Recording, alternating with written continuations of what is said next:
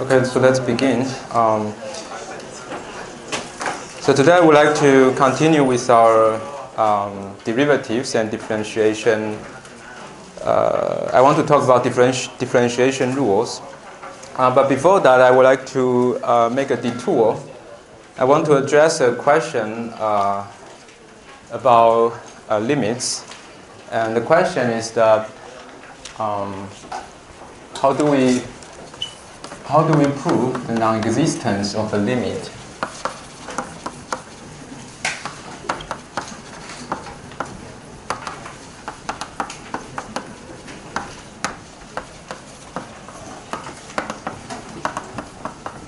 Okay. So again, in our turn exam and also in our quiz, proving statement is not the focus. So our exam will still focus more on computation. So you have to learn how to compute limits and various techniques.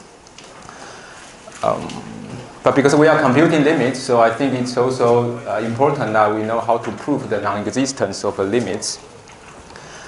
If the limit is an infinite limit, then it's easy because we have some computational tools that we can use to prove infinite limits.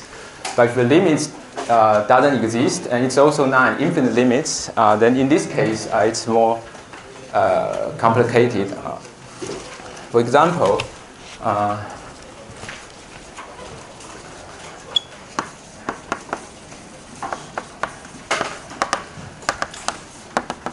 we have been using this fact a few times. We say the limit doesn't exist, but we never proved it. And sometimes I draw the graph of the function, which looks like this one. It oscillates more and more violently as x approaches to 0, and that's the same for the other half. I just draw the diagram and I show you that, okay, it's because it's oscillating between -1 and +1, so you can never approach to a fixed value. But that's not proof, that's just an observation. It's a good observation, but it's still not a proof. So today I would like to just take probably 50 minutes or 20 to show you that how to prove the non-existence of a limit. I also want to take this opportunity to present to you the rigorous definition of limits. But again, this is not the main point of our turn exam, so that's just for the sake of completeness. So let's start with the rigorous definition.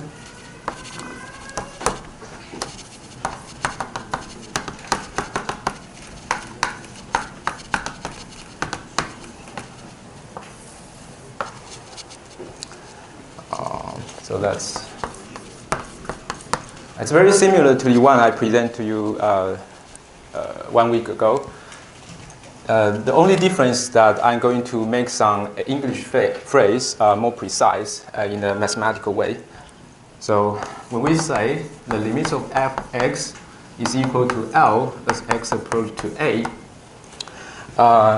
we mean that for any epsilon larger than 0, so this is a small positive number, usually it's small, and there exists another positive number delta, and this depends on this number. So when you choose a very small epsilon, you probably have to also choose a smaller delta, such that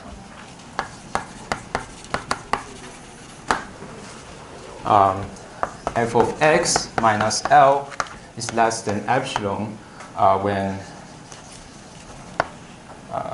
x satisfies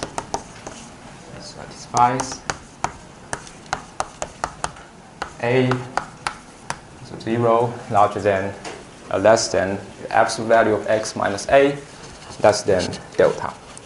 Okay, so that's the rigorous definition. So it's very short. The point is that if you remember when we define the limits, the intuitive definition, we say that f of x and L can be made arbitrarily close. And now this arbitrarily close is made precise by using this epsilon. Because we say arbitrarily close, so here we use for any. This is for any. It means that you can choose very small epsilon, but still you can find delta. And here delta is to translate this phrase by requiring x and a be sufficiently small. If you remember our definition, we say the limit of f of x is L when as x approach to a means that f of x and L can be made arbitrarily small by requiring x and a to be sufficiently close. And this sufficiently close is now translated into this term, delta. It means that you always can find such a delta such that when it's close enough, this is satisfied. Right? So that's the rigorous definition. You have to use mathematical way to write it in order to prove statements.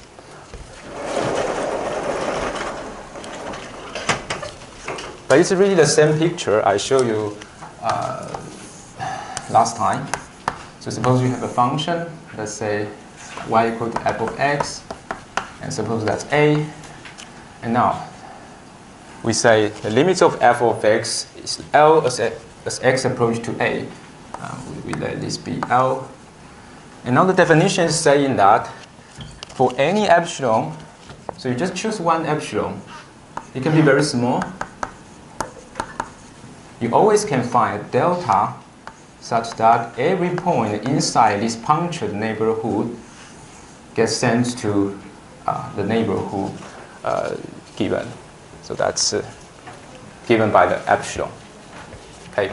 So when you shrink the epsilon, you make it smaller, then probably you have to choose a smaller delta as well. So delta depends on epsilon. Okay. So that's the rigorous definition.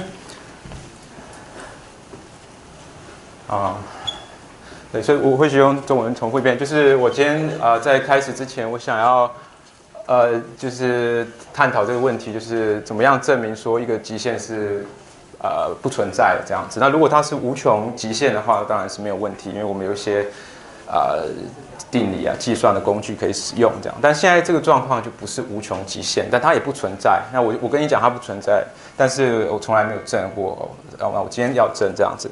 我每次都画这个图说它在这里一直震荡，所以它在负1和1之间震荡，所以它的这个极限不可能，这个 f of x 不可能趋近到某一个固定的值这样子。所以这是我想要探讨的问题。那为了探讨这件事情我也顺便就是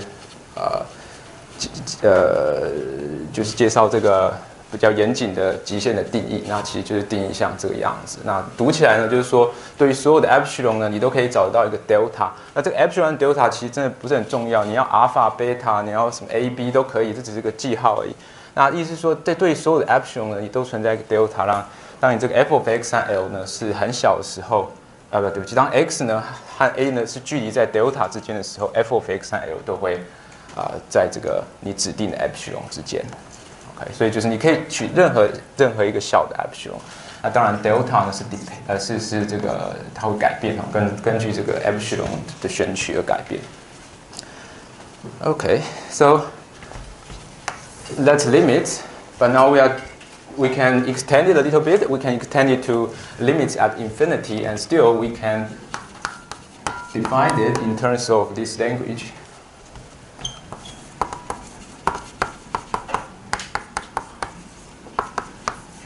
So suppose we have the limit of f of x is equal to L as x approach to positive infinity, and the same is true for negative infinity. You just have to change the statement a little bit. So this means that for any epsilon again, there exists, but this time we don't use delta, I use n. Of course, you still can use delta, but every time when I write delta, I mean something small, but this time this is something big. And there exists the n, which is just a real number. It can be positive, negative. Usually it's positive, but it's just a real number, such that f of x minus L is less than epsilon when x is larger than n, or for any x larger than n. It doesn't matter. That's the definition of limits at the infinity. So I hope you see that the idea is really the same, just that because it's approach to infinity, so I have to use n. If you remember, this is about our horizontal asymptote. I suppose this is L, and this is our y equal to f, or that's the graph of the function f. And we say that limits of f of x is L as x approach to positive infinity means that you can choose epsilon, however small you like. I always can find n, so probably somewhere here, such that every point after n has the value lies in this neighborhood. So when you choose this even smaller epsilon, then probably I have to find a bigger n. Okay, so that's the concept of limits. However small you want to, I always can find n. It might be very big, but it doesn't matter. As long as you can find it, then I say that the limit of f of x is L as x approach to infinity. Okay? And a very similar concept applies to our sequence. So let's think about a sequence. So this is a sequence, an infinite sequence, and we say the limits of ak is a as x approach to infinity if ak minus a is less than for any epsilon larger than 0. Sorry, I should say this first. There exists n0, which is a natural number, of course, such that ak minus a is less than epsilon when k is larger than n0.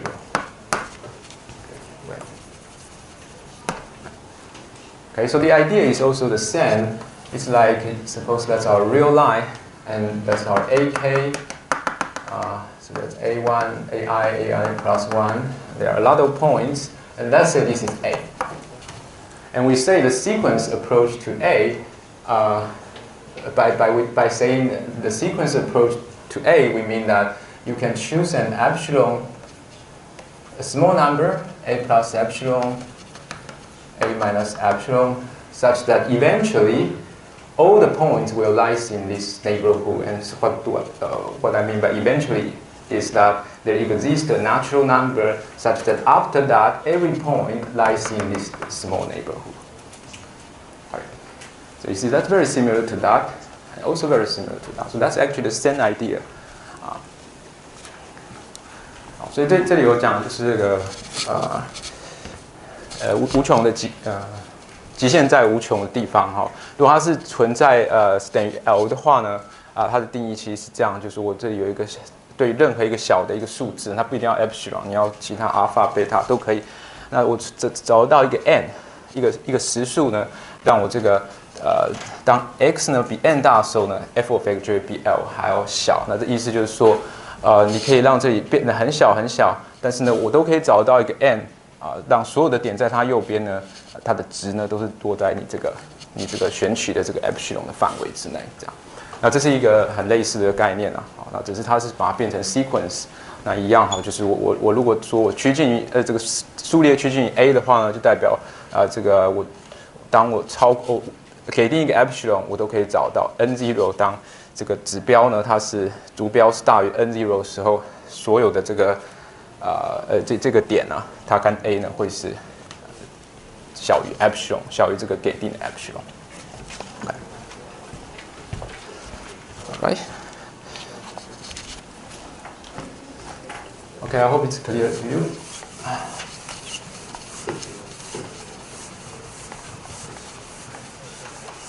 And with that, we can prove a theorem.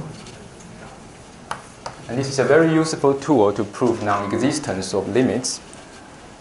It says that if the limits of f of x as x approach to a is L, implies that for any sequence AK with limits AK is equal to A, we have the limits f of AK as k approach to infinity is equal to L. Right? So it's a very intuitive statement, but if you want to prove it, you need to use the rigorous definitions of limits. So the idea is that, suppose that's our function f of x, and suppose that's the point A, and if the limits of f of x as x approach to A is L, so that's L, then for any sequence AK, so on the real line on the x-axis, if we approach to A, then after you plug it into the function f, the limits will approach to L. So that means, so here we have the corresponding image here. So there will be some point which is f of AK, and the statement says that the limits of f of AK will approach to L. Right. If AI approach to A, f of AK approach to L. And that makes sense, right? 所以这定理呢是在告诉我们说，如果你这个极限呢它是趋近到 L， 当 x 趋近于 A 的话呢，你随便找一个数列，只要呢这个数列是趋近于 A 的，那你给它放到 F 里面之后呢，它的极限呢会趋近于 L， 这样。所以这我相信这是一个很自然的事情嘛，对不对？因为它趋近于 A， 它就会趋近于 L 这样。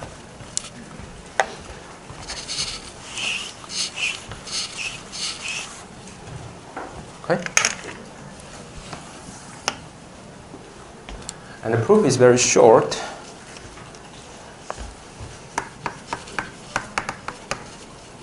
So the idea is that we want to show that the limit of f of AK is L as k approach to infinity. And this is our condition. This is our assumption. So the goal is to show that for any epsilon, so I'm just repeating the definition I just stated. Okay, we want to find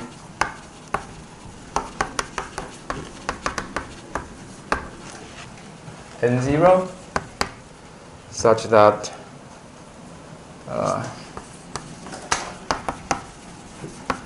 f of AK minus L, the absolute value of them is less than epsilon when K is larger than n0. So the only things that's important is this n0. So when we are given an epsilon, I want to find this n0 such that this is satisfied, and if I can find this n0, then I am done. I prove the statement. And that's how I'm going to find it.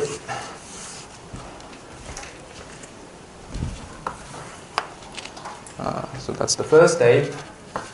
We let delta larger than 0 be the number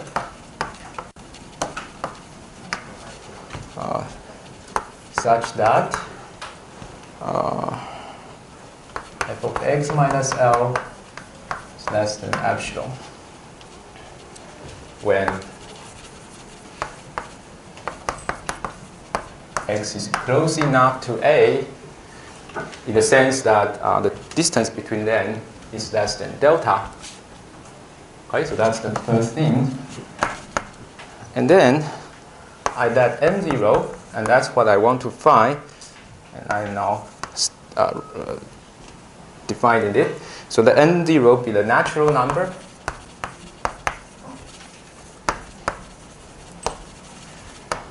Such that, let me see, so AK minus A is less than delta.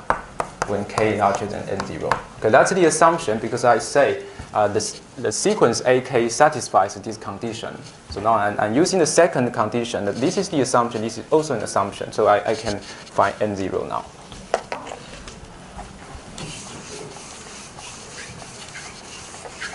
This is the way how I find n0. And now it's very clear that when k is larger than n0, we know AK minus A is less than delta by the second statement, by the second statement. Yeah. But this implies that f of AK minus f of A, minus L is less than epsilon, right, by the first statement. Right. Yeah. So that's the n0. That's the n0 I want to find. And now I found it. It's here. It's using the second statement. Right. So this completes the proof. Right. Okay, it's okay you don't understand the proof, but I just want to show you that how you use this epsilon delta language to prove statements like these. Okay, now let's go back to our question. How do we prove the non-existence of the limits such as this?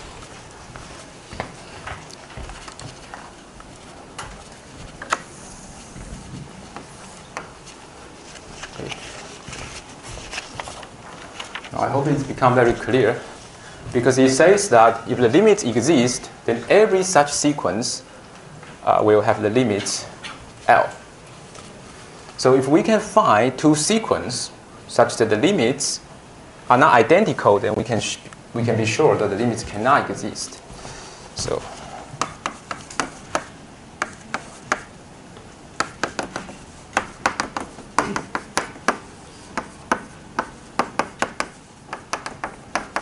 okay. So we let AN be our first sequence, which is 1 over pi times n. And let's say Bn is another sequence, it's 2 divided by pi times 2n minus 2n plus 1. You can choose other sequence, but I would like to choose this one. Then you can check by simple computation. You see that both of them approach to 0, of course, because the denominator goes bigger, becomes bigger and bigger as n approach to infinity. So yeah, so they must be 0. So that satisfies the condition here. Right. However, when you compute the limits, psi 1 over an as n approach to infinity, you find that this is 0. And if you compute the limits psi 1 over bn as n approach to infinity, you get 1. And they are not the same. So that implies the limits psi 1 over x as x approach to 0 does not exist. Because if it exists, then these two must be identical.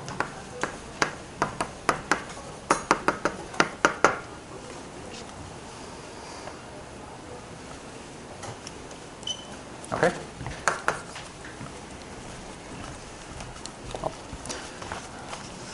OK， 所以我刚刚稍微证了一下这个 statement 这个定理那这个定理主要其实就是要证明说，如果我给定这样的一个 sequence， 在这个极限存在的条件下呢，它这个极限的就是你使用这个 f 之后的这个极限也会是 L。那我们的目标就是要证明说。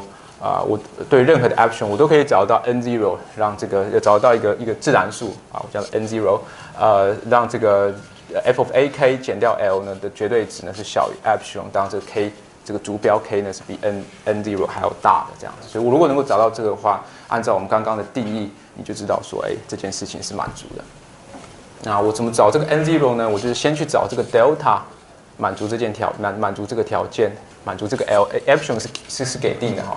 满足这个条件当这个所有的 x 都在这个领域之间，然后呢，我找 n0 的时候呢，就是利用呢这个条件，第二个条件那我说这个 n0 呢是要满足这个就是 ak 减 a 呢在这个 delta 之间，当 k 呢是比 n0 还要大的时候。那你知道呢？按照这样的逻辑，你就可以判断说，当 k 大于 n0 的时候，当然这个会小于 delta，这就是我找的方法嘛。然后呢，它当然 imply 这件事情，这也是根据我第一个根据我 delta 找的这个方法，所以这就是一个证明。证明你们不用知道没有关系啦，那只是想给你看一下说这个严谨的定义是怎么被使用在做定理的证明上面。那回到这个我们最严肃的问题，就是我们要怎么样证明说这个极限呢不存在就是我们就选两个选两个数列，两个数列都趋近于0，所以按照这个条件，按照这个定理，如果呢它的极限存在的话，那这两个数列在你放到 f 之后呢，也会是有一样的极限但是我们发现其实它们两个是不一样的极限，那就代表说它们的这个函数的极限是不可能存在的这样。OK。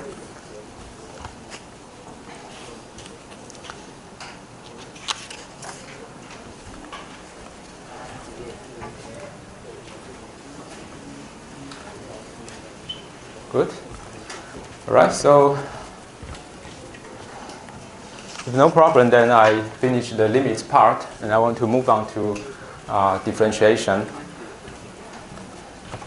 So, if you remember last time we were talking about the definition of derivatives and also some geometric meaning, and especially we also used the derivatives to define the Euler number. That's another definition of Euler number. And with that, we also derive the derivatives of exponential functions. And for today, I want to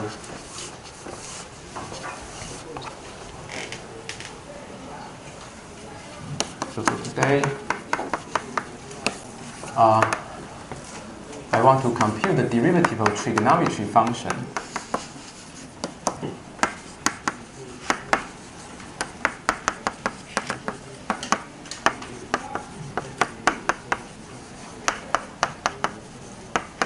Okay, so perhaps some of you have already known this formula, but I will derive this just to show you how you can obtain this formula.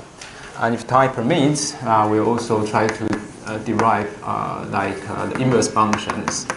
And this would be the square root of 1 over square root of 1 minus x squared, and so on. But I'm not sure if I can touch on that. Yeah, but that's the goal for today. And along the way, I'm going to introduce differentiation rules, and these rules will allow you to compute the derivatives of more complicated functions than these. So you must memorize these, and you also must familiarize with yourself with differentiation rules. And by the way, there are two kinds of problems you might encounter in the exam. One kind is that it asks you to compute the derivative using the definition, so computing the limits of the quotient. Another kind of question asks you to use differentiation rules to compute derivatives. And both of them are important, and you have to know how to handle. Okay. 所以今天我要讲的就是这个对三角函数微分的公式。然后我上次有讲过对指数的微分。那我想提醒你们，就是考试的时候会有两种考题啦。那第一种考题就是叫你们算这个导数，用定义算导数。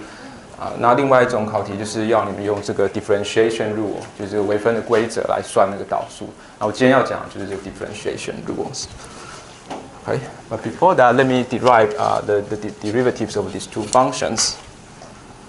So we ask the following question: sin x, cosine x, differentiable.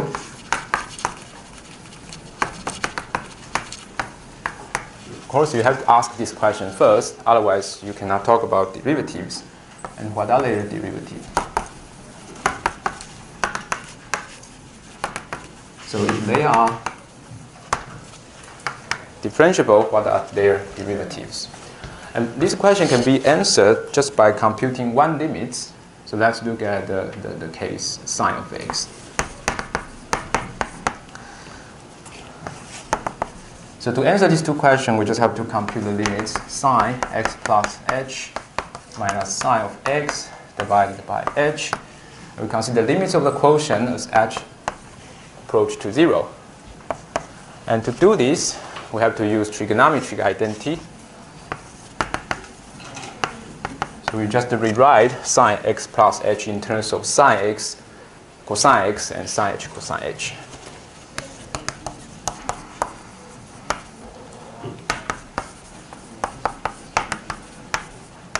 That's the way so that's the trigonometric identity.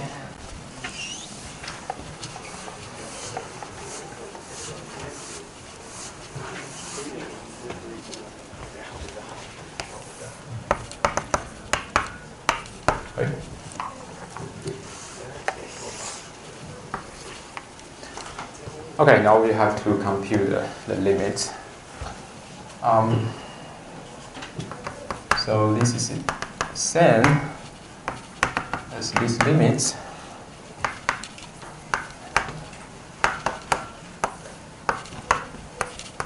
So we just divide it into two parts.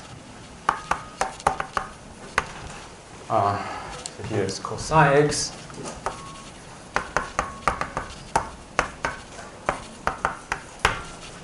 All right.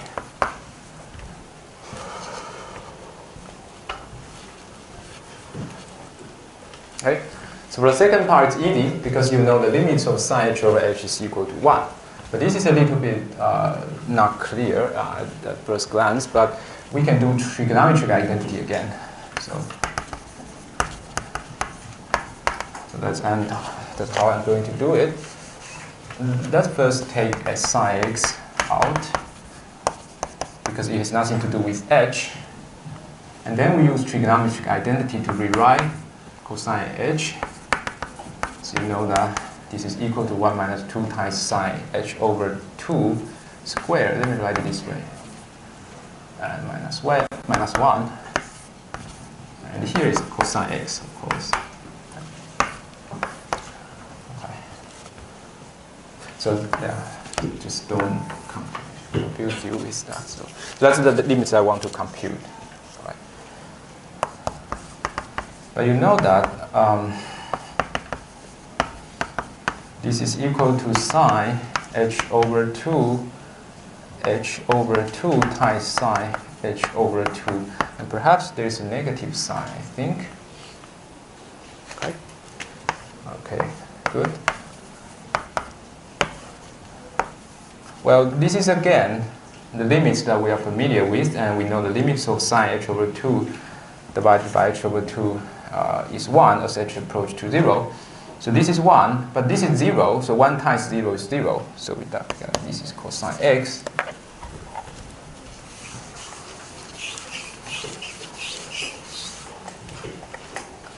So we get that. This is cosine x. So in other words, we derive the formula. Okay.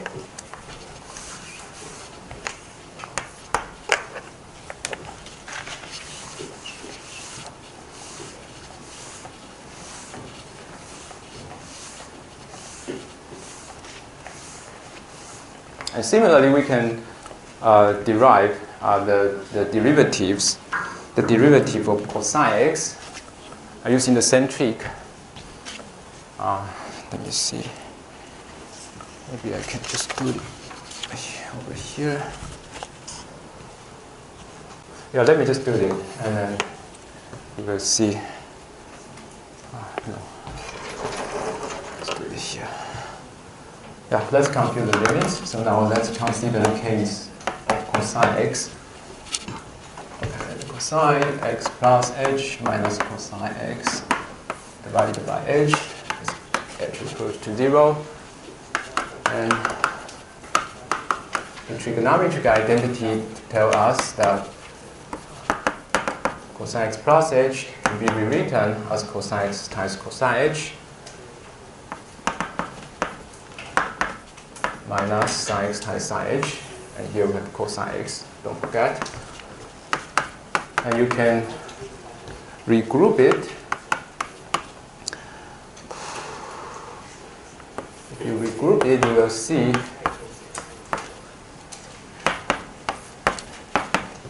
you end up in a very similar limits as we did there, except that here's negative. Okay, but the limits of sine h over h as h approach to 0 is 1, and the limits of this quotient is 0, as we just saw here. So that's our computation. We just proved that the limits of this quotient is 0. Right, so this is 0, and that's the reason the derivative of sine of x is cosine x. Okay, so this is 0. There's nothing to say. But here is sine of x, because the limits here is 1. So, so that's how we derive the formula. This is something you have to memorize. Of course, a good way to memorize this kind of derivative is to just do it again yourself. Then you will remember it easily.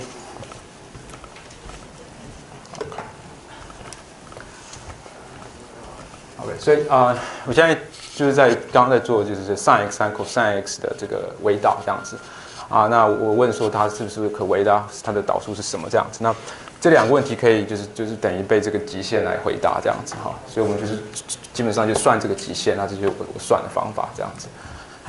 我们要用2次这个三角函数的这个的等式这里其实计算基本上是一样嘛，它用到了这个 limits 是我们刚刚在这里算过的，是0这样子。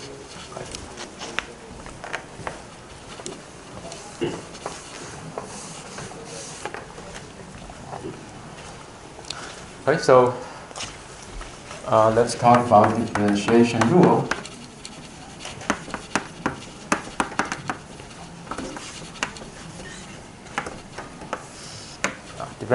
Differentiation rule allows you to compute derivatives of more complicated functions.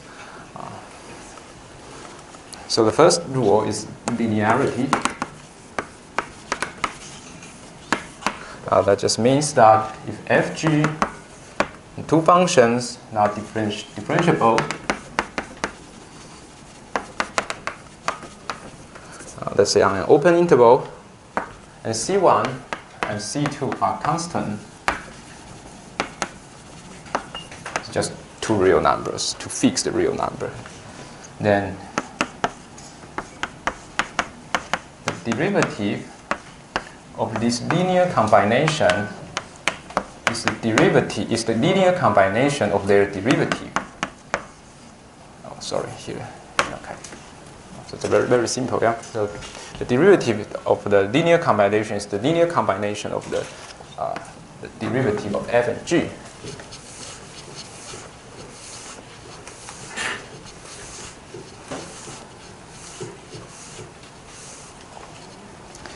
It's very easy to prove. You just have to apply limits laws. Okay. Still, let me write it down. So, to prove the statement, let's consider x plus h minus divided by h as h approach to 0. Okay, so by definition, you know that this can be rewritten.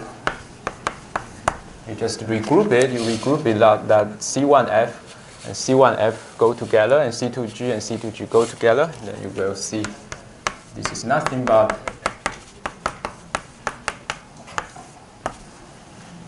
limits. So you regroup it. By the way, we have C1 here. Okay. Minus C2g of x. Okay.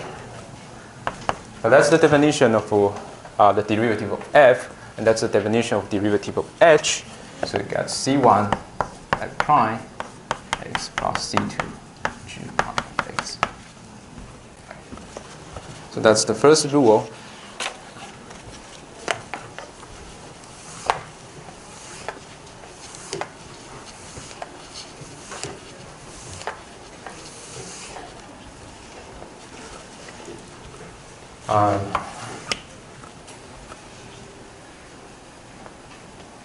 Do we have a break already? No? 下课了吗？25分。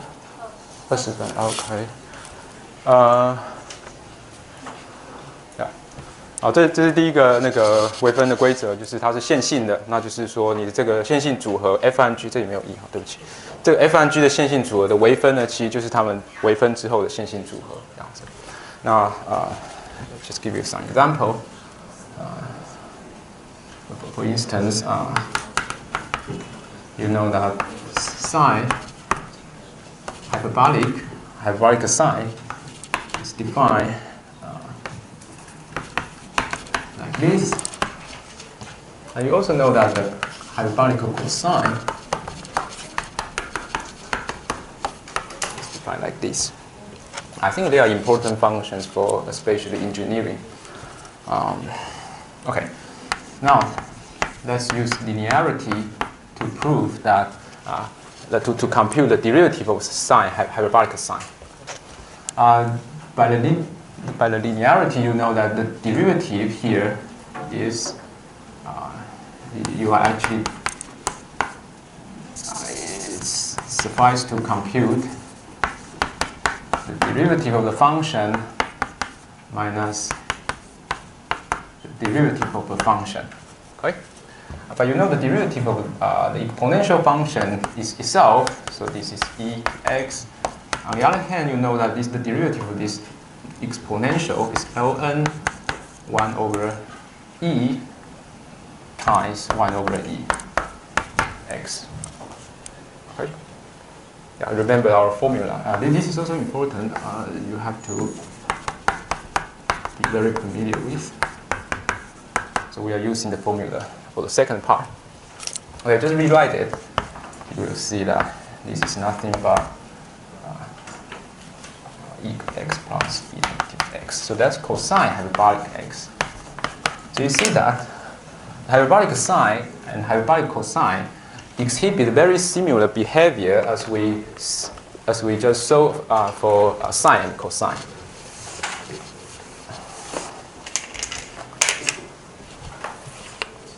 And similarly, you can do the derivative for cosine, hyperbolic cosine. And in this case, you know this is 1 over 2 times ex, that's the first term. And for the second term, you got ln 1 over Euler numbers times e to the negative x. And you just rewrite it again. You see that you get a negative sign here, so that's hyperbolic sine. Okay? But be careful. In the case of sine and cosine, we know the derivative of cosine is negative sine of x. In the case of hyperbolic cosine, hyperbolic sine, the derivative of cosine, the derivative of hyperbolic cosine is hyperbolic sine, so there's no negative sign in front of it. But there's a difference, but it looks very similar. Okay. 所以好吧，这其实就是那个应该不用翻译了。Let's talk about product rule.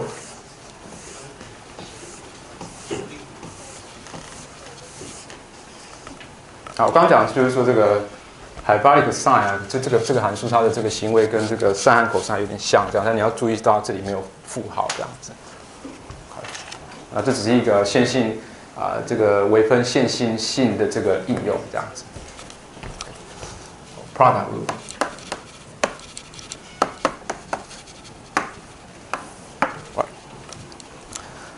So again, two functions, differentiable function.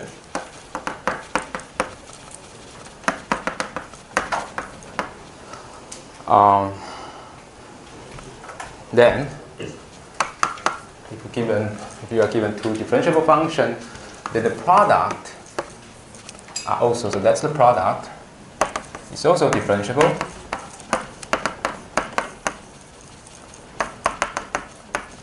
And of course, it must be differentiable on the same open interval. So the product of them will also be differentiable on the same interval.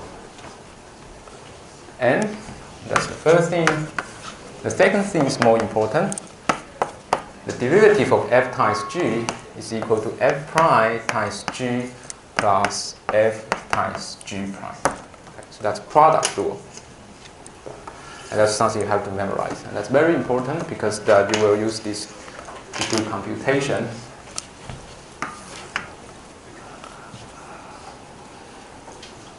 Okay. So maybe we can prove it. Shall we? So I give a proof there. It's again very simple. Just simple manipulation of limits.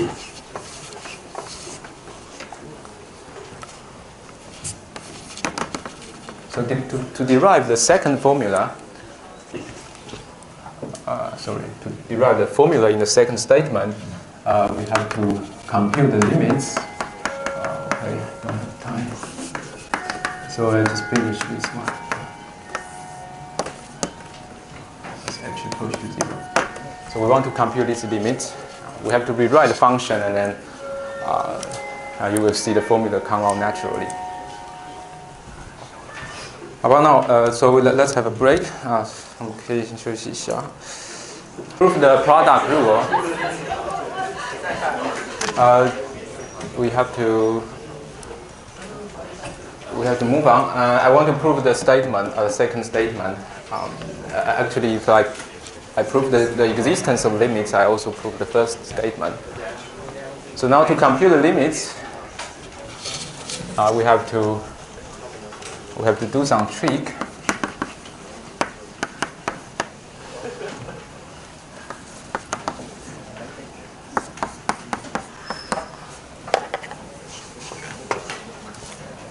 So by definition, this is our first term, and this is our last term. Divided by h. And I want to add another term. So I want to add another term or subtract another term from it. And then I add it back. So this is the same function. The difference is that I add an extra term here and I subtract it from it again. So I actually add nothing. But I need these two terms to help you to help me to compute limits. So we can group it. We just group these two terms.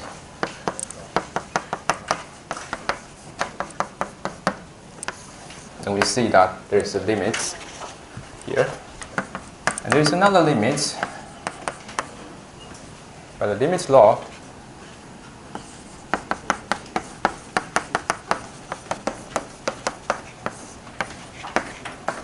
the limits can be broken down into two limits. And g of x has nothing to do with h, so you can take it out. And the limits of f of x h minus f of x divided by h is the derivative of f of x. And now for this, it has something to do with h, but you know that f is continuous because f is differentiable, right? So f of x plus h will approach to f of x. And because of these two, we can further reduce it.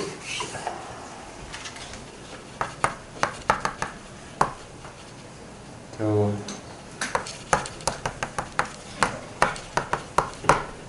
let me write it down.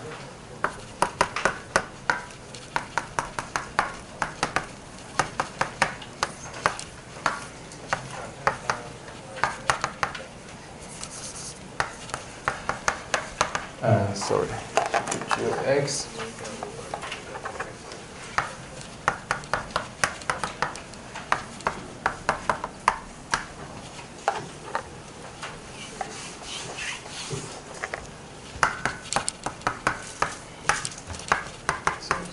Which approach to 0. Okay, but because this is continuous, so we have g prime of x plus g of x times f prime of x. So that's exactly the formula we have. And at the same time, we show that the product must be differentiable because the limit exists.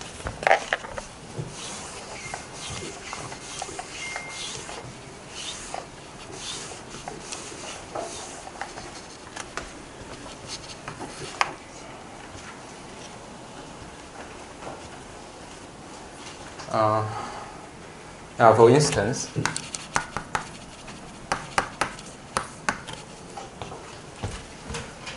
if you want to compute the derivative of this function, so you know the derivative of psi of x, you know the derivative of e to the x, but how do you compute the derivative of the product then? And one way to do it is to use the product rule. So by product rule,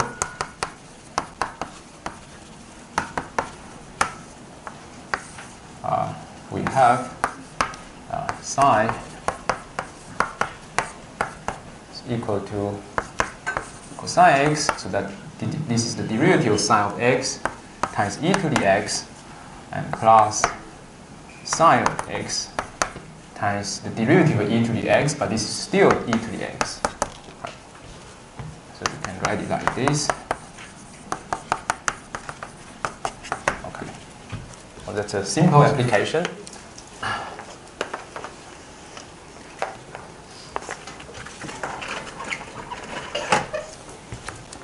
Another application is that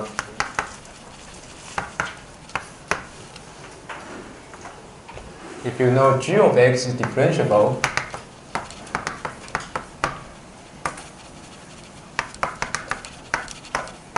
and g of x is not 0,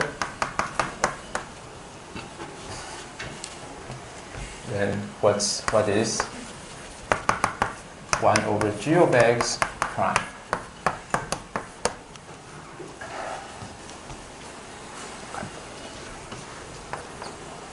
Okay, that's an easy application. Then the only thing that you have to do is to consider this identity, and then you use product rule. So you differentiate both sides. Differentiate both sides. Then you get g prime times 1 over g. Maybe I write it down precisely. Times 1 over g of x plus g of x times 1 over g of x prime equal to 0. Okay, I continue here because I want you to still be able to see the product rule, which I'm using. That's the formula from which we derive this equation. Now use this equation, you can find that 1 over g of x prime is actually negative g prime of x divided by g of x squared. Okay, or if you want to also put it here. Right? So for instance, so maybe I call this sub-example, because that will be an application of this example.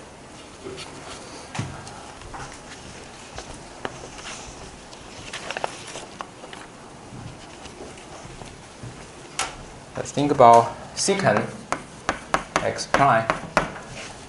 And you know that secant x is equal to 1 over cosine x prime. But now, by the formula, this is again a good formula to memorize. So by this formula, you know that this must be cosine x prime with a negative sign in front of it, and then cosine x squared. And that is negative sine x. Okay, because the derivative of cosine of x is also, there is also negative sign after you do the differentiation. So here we get positive here. And this is nothing but tangent x times secant x. Okay. So now you get a formula for the derivative of secant. So you really don't have to memorize it, because this comes from the derivative of cosine x, which you already know.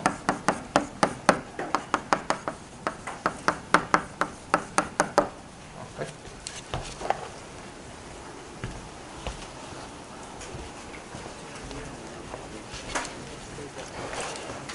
Okay, 所以这我是在证明那个product rule。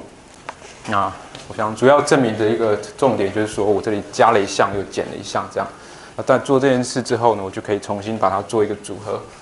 这个组合可以让我得到这个公式，这样。这是第一个利用。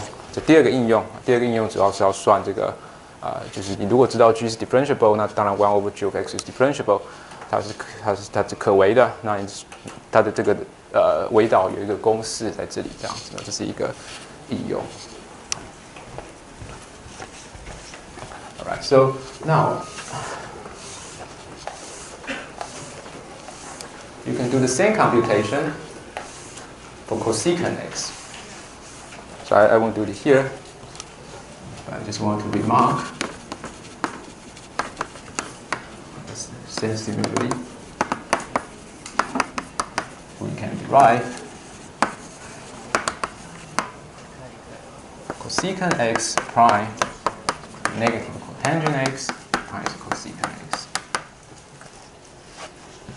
So I encourage you to try to do it yourself, that you will be more familiar with this formula. And another application of the product rule is the quotient rule.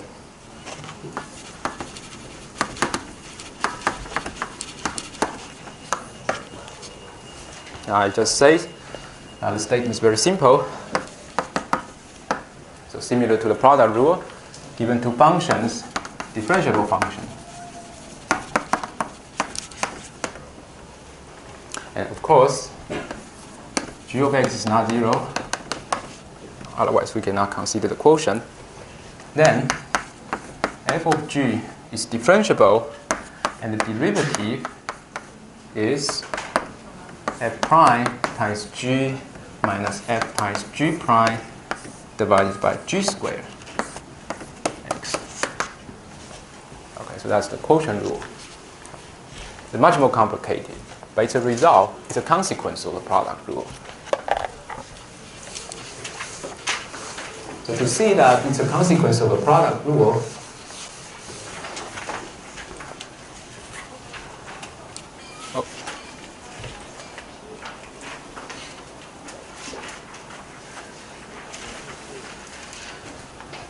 maybe I can help you with my calculus book, since I'm not using it. Okay, it's large enough. So to see, this is a consequence of the product rule. We just rewrite this as a product. So f of g prime is equal to f times 1 over g prime. Now let's apply product rule. It's f prime times 1 over g plus f times 1 over g prime. So you know the formula for the derivative of 1 over g. It's this one. It's this one. So just plug this formula into this formula. we get f times negative g squared g prime. Okay? Okay, so you can reorganize it a bit. Then you get g squared. Oh, sorry, here is 1 over g. G squared f prime times g. And here we have a negative sign, so put it here, and then f times g prime. Or g prime times f prime, it doesn't matter. But that's the formula. That's the formula. So that's the consequence of the product rule. But it's very useful.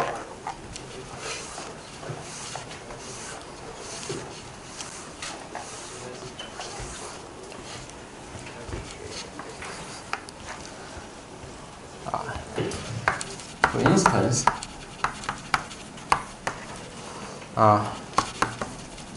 we can use it to derive the derivative of tangent x. We know that tangent x, tan x is equal to sin x over cos x. So, by the product rule, the quotient rule, we know that this must be something over cosine x squared. Maybe I put outside. So here we have f prime, and f is our sine.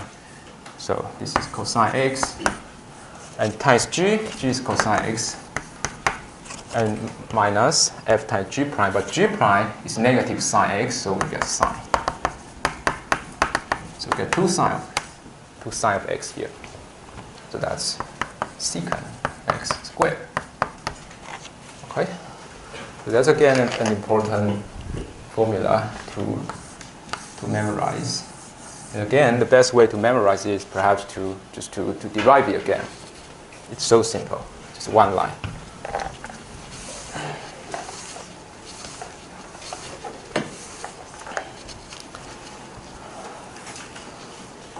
Okay, so similarly, we can compute the cotangent x, but I don't want to do it again because that's very easy and it's almost like the derivative of cotangent x.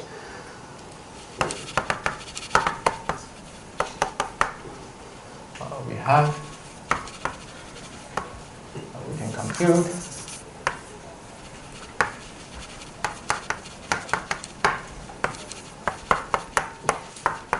negative cosecant x squared.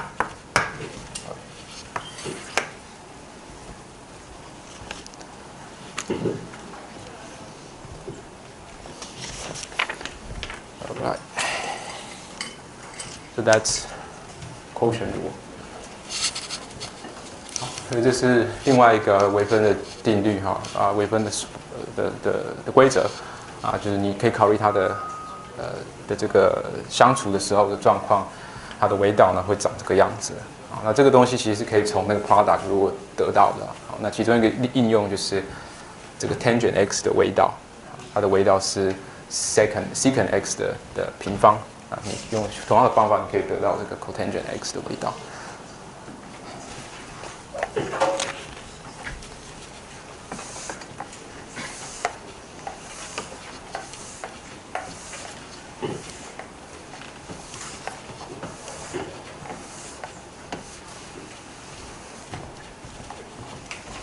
Another useful rule is chain rule.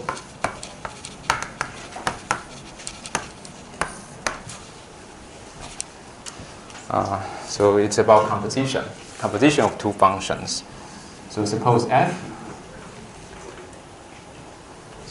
is differentiable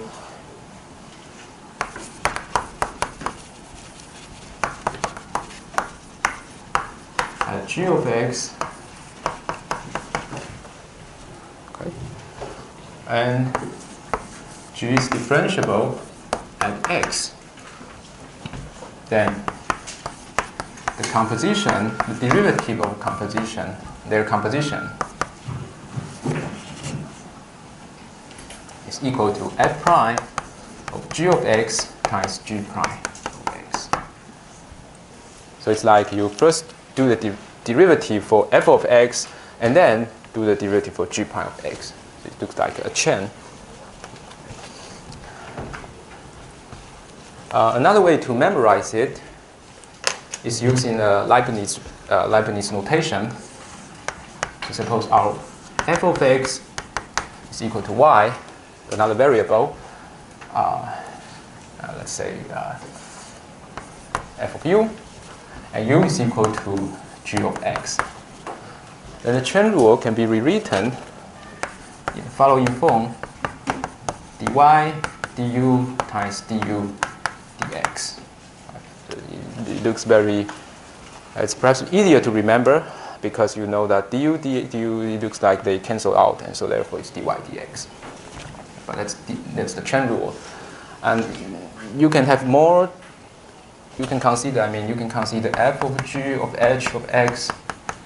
You can consider the composition of composition, and still you can use the chain rule. Just to remember which derivative you are computing. So I'm going to give you a proof, but not today, because I think we don't have much time for today. But I want to give you an example, just to show you how this can be used.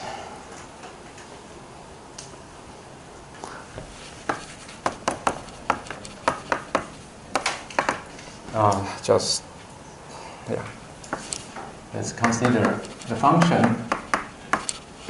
So e to the tangent of 2 times x, and want to consider the derivative. So what's the derivative of the function? Right, then we can use chain rule. So we can think of this y. Think of the function is the composition for y equal to eu, and u is equal to tangent v, and v is equal to 2x. And the chain rule tells you that dy dx, that's what we want, is equal to dy du times du dv times dv dx. The dy du is e times u, because that's the derivative for the exponential function itself. And du dv is secant u squared. And we just have this formula, okay, still there. So that's the formula for the derivative of tangent x. Now dv dx is very easy. That's a polynomial, so you have 2 here. But u is tangent v, v is tangent 2, v is 2 times x. So if you just take it back, plug it back, then you will get square times 2. Right. So the function might look complicated, but you can use chain rule to find the derivative of the function.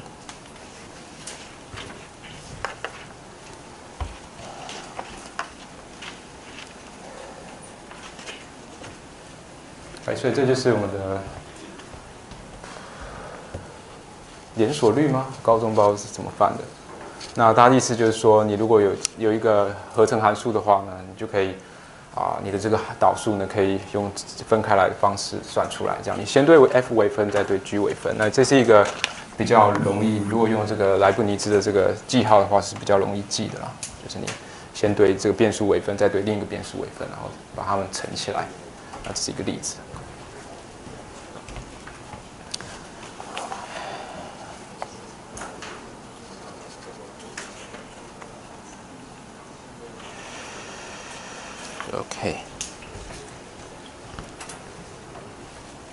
Okay, so that's good. We have derived all the derivative of all trigonometric functions, basically.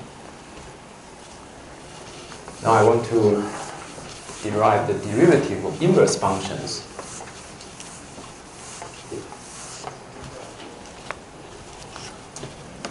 Theorem.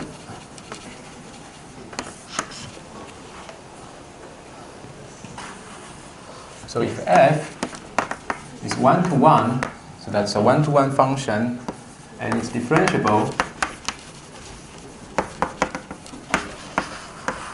let's say on an open interval,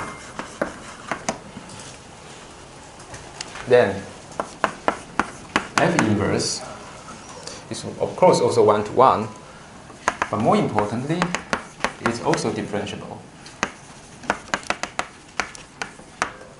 And we have the following formula, f of I. We have the following formula, f inverse prime of x is equal to, let me see, 1 over f prime f inverse x. Right. So you do the derivative of f of x for f of x, and then you plug in f inverse of x, and that's the derivative.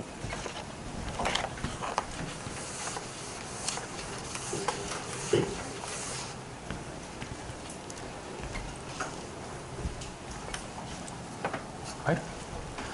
The proof is slightly more sophisticated, but it's enlightening, so I'm going to present it here. It's very short. So we have to consider the quotient.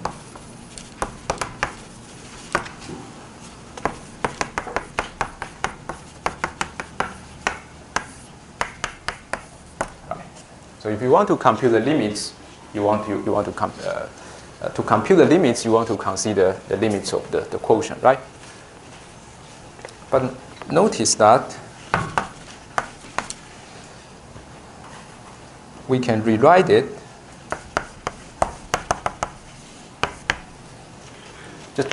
such that it can be expressed in terms of f and in terms of f. So I define the new function u minus f of inverse a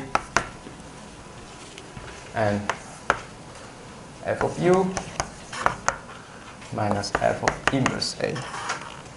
Wait a minute, that's not really the right way to do it. That here should be a, I think. Let me see, what do I want to do? Yeah, here should be a.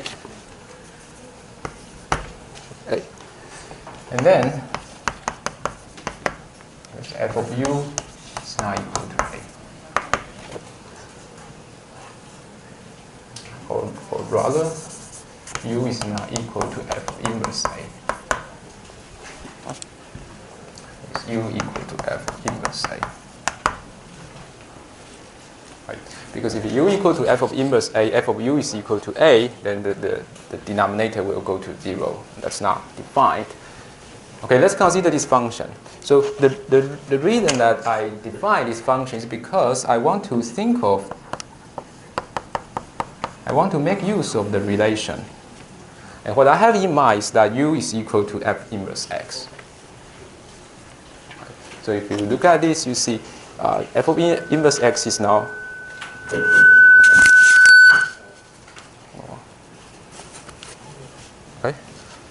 okay, now it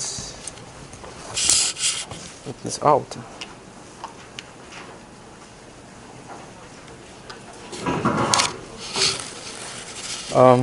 Unfortunately, the battery is dead. Let me see. Wait. 快，听到吗？感觉有拿的也没拿。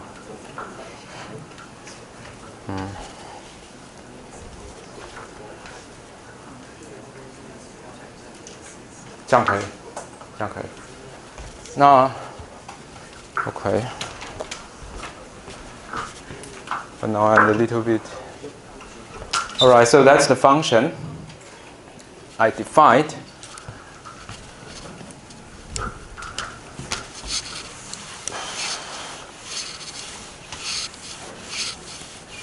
And remember that our goal is to compute the limits of this quotient.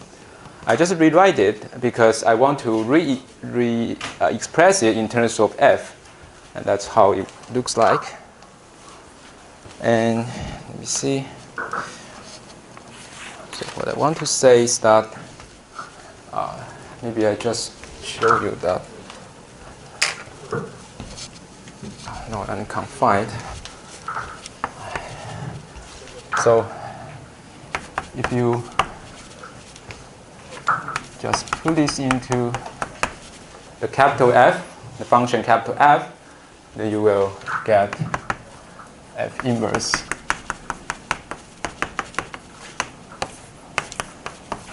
Okay, I hope that's clear to you. So that's the first thing. But another thing that I want you to notice is that F is continuous at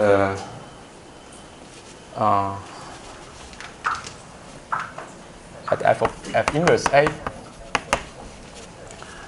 And also, the limits of F of inverse X as X approach to A is F inverse A. And now I'm going to use the composition law for limits.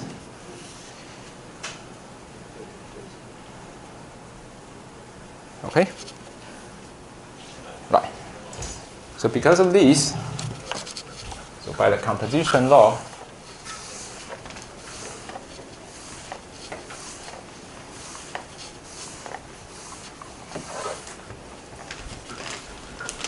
they told me that I can code them.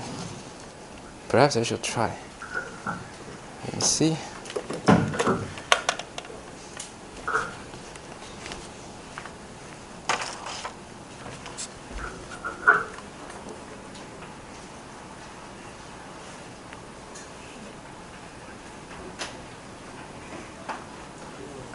我想问一下，那个我电池那个麦克风没有电了，可以帮我换一下吗？不好意思哦。OK 啊，好，谢谢。有没有人自愿帮我换一下麦克风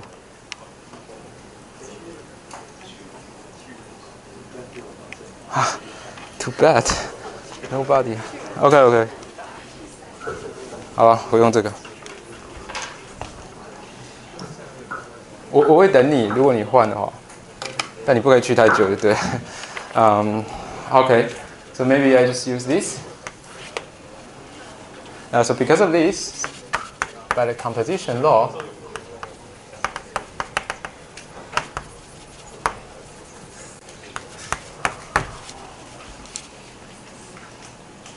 we know that limit F inverse of X as X approach to A is equal to F inverse A. But what's that? That's 1 over F prime of U, but you know U is equal to F of inverse A, so that's 1 over F prime F inverse A. Got it? Okay, so that's how I use composition law to obtain the limits. All right. So maybe it's good to look at some example.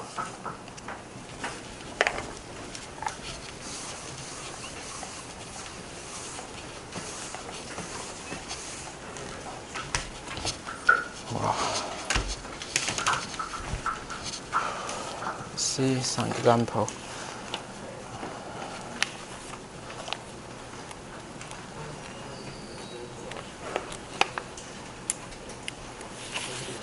Okay, so let's look at sine inverse x, how to derive the derivative of sine inverse x and also cosine inverse x, and perhaps also tangent inverse x, possible.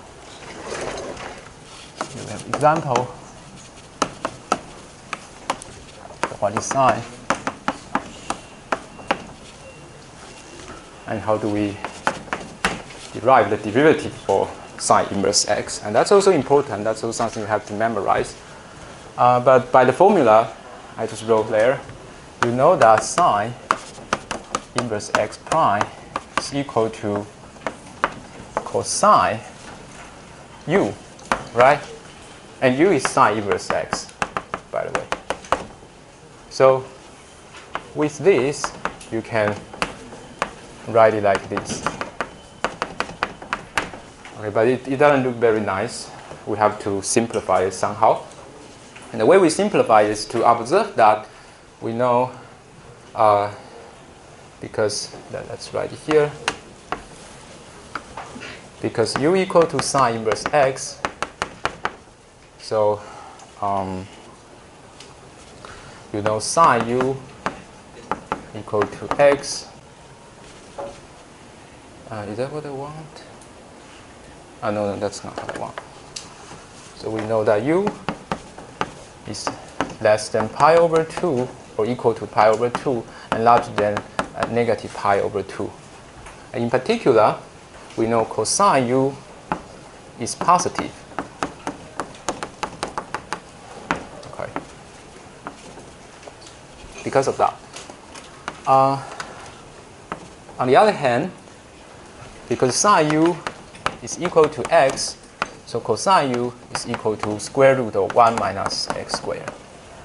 And cosine u is equal to square root of 1 minus x, so you can write it.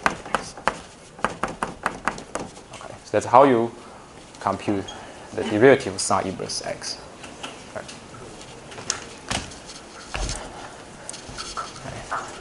那我刚刚在这里讲这个定理呢，就是这个，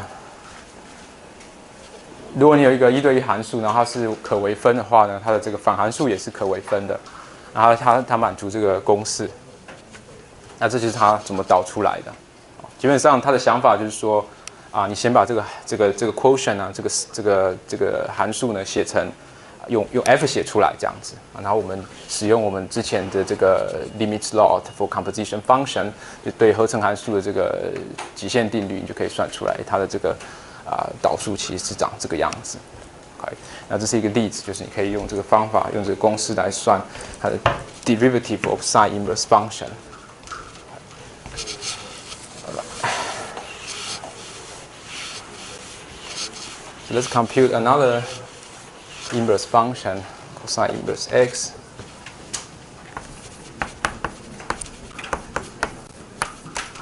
Okay, let's just put it here.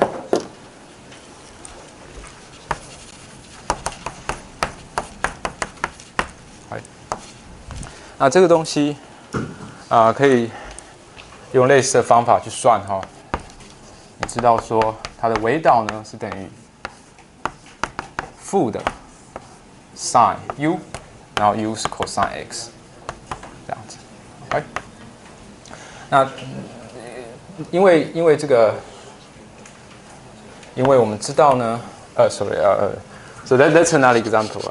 So we consider the derivative of cosine inverse x, and we can use the same formula to find the derivative of cosine inverse x. So by the formula we have this, u is equal to cosine x. And on the other hand, you know that, let's see. Okay, because, am I right to write this? Cosine inverse, oh no, here is, okay. So because of this, u is larger than or equal to 0 and less than or equal to pi, and that implies, in particular, sine u is positive. Okay? And on the other hand, you know that cosine u is equal to x, so sine u is equal to square root of 1 minus x squared. Okay, so sine u is equal to square root of 1 minus x squared. You just plug it in. You see, this is negative 1 over square root of 1 minus x squared. Okay, that's how we obtain the derivative of cosine inverse x.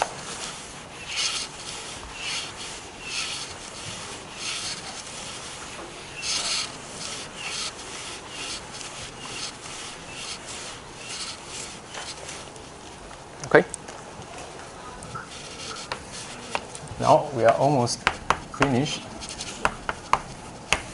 We yet to compute tangent inverse x. So what's this? Okay, so I think by now you are very familiar with the formula. It's very easy. This is 1 over secant u squared.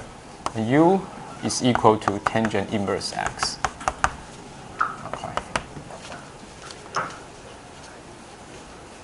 Okay.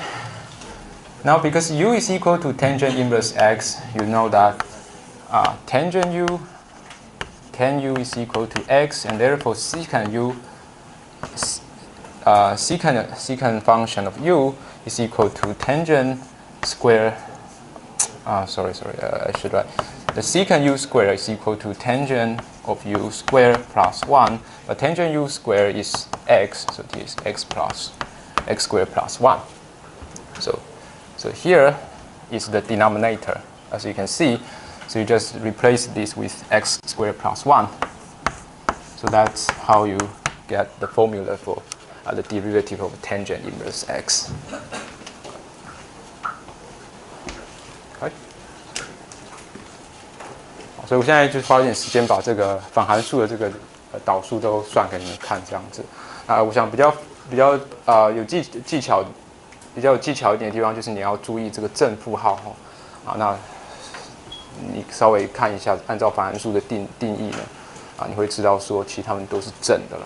好，那当然那里有时是平方，你就不用管正负号。All right.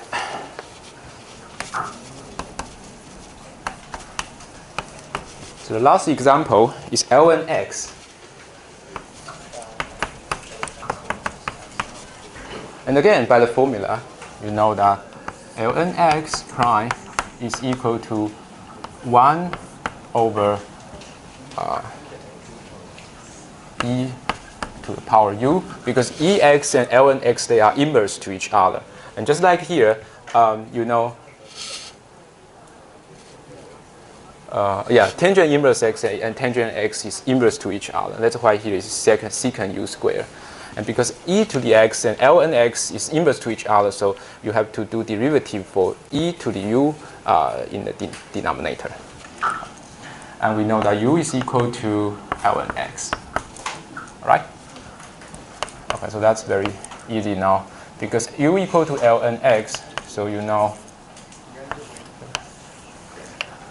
e to the u is equal to x. So that's 1 over x. Okay, so that's the derivative of ln x. So the derivative of natural logarithmic function.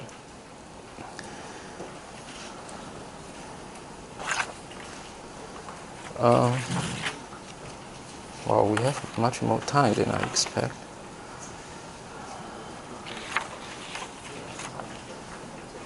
So let me see. Maybe I can say something.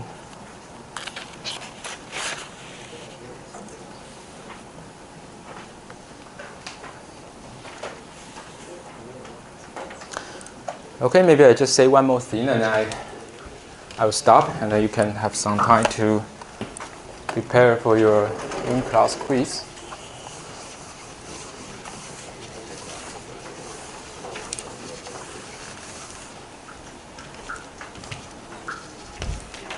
Now I just derived this formula for ln x, and obviously to have ln x well defined, x must larger than 0, right?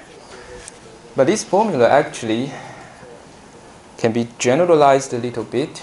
Let me see, where is my generalization? Okay, we can consider ln, the absolute value of x.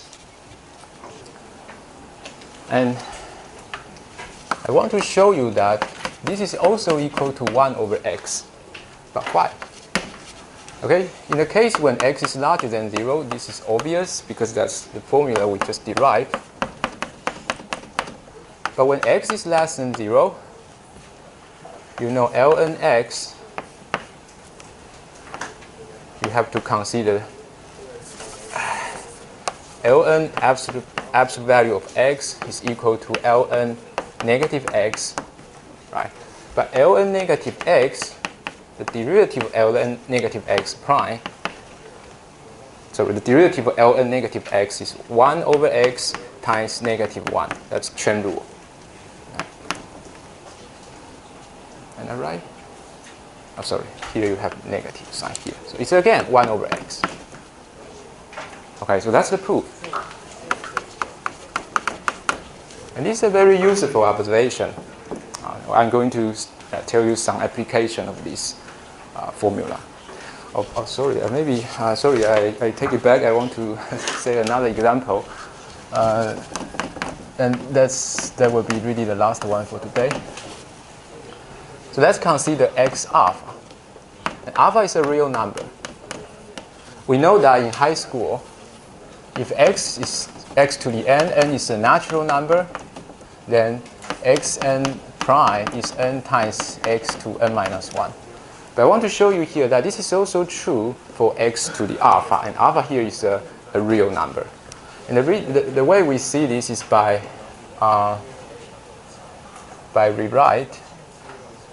So I want what is x alpha prime. We can rewrite this e alpha times ln x. Right? So x alpha prime is the same as e alpha times ln x prime. So now you can use chain rule. This is e alpha to ln to alpha times ln x. And chain rule tell you that this is alpha over x. Okay, that's good. But e to alpha times ln x is x to the alpha, so we get this one. So this is alpha times x to alpha minus 1. Okay, so you see, this is the same formula actually. You don't have to restrict yourself on the natural numbers. For any real numbers, this formula applies. So this is alpha times x to alpha minus 1. So this is another important thing to note. Okay, and this is also another important thing to note. You can extend it. You don't have to restrict yourself on the right-hand side of a real line. Okay? It's actually work for the entire real line except for 0.好吧，我接下来就是给你们剩下2个应用啊，就第一个是 ln(x)。那这里为什么会是 EU 呢？是因为 ln(x) 和 EX 它是互为反函数，所以按照我们刚刚的这个公式。你知道啊，它这个反函数的微导，其实是你先在分母做一次对它的这个反函数的反函数，就是它原本的函数做微导。那原本的函数就是 e(x) e to the x 嘛，就是你的指数函数，所以它这里就是指数函数的微导，就指数函数这样。啊，只是你要再把这个 u 带回去，要把 u 带回去，那它就会长这个样子。那它可以延伸到其实不是只对这个。正数对而已，它对整个复数也是对的这样子。那另外一个应用就是说呢，我们知道高中的时候这个 polynomial 它呢微分它就是把那个阶降下来，然后减1嘛。那其实它是对着所有的实数都是正确的这样子。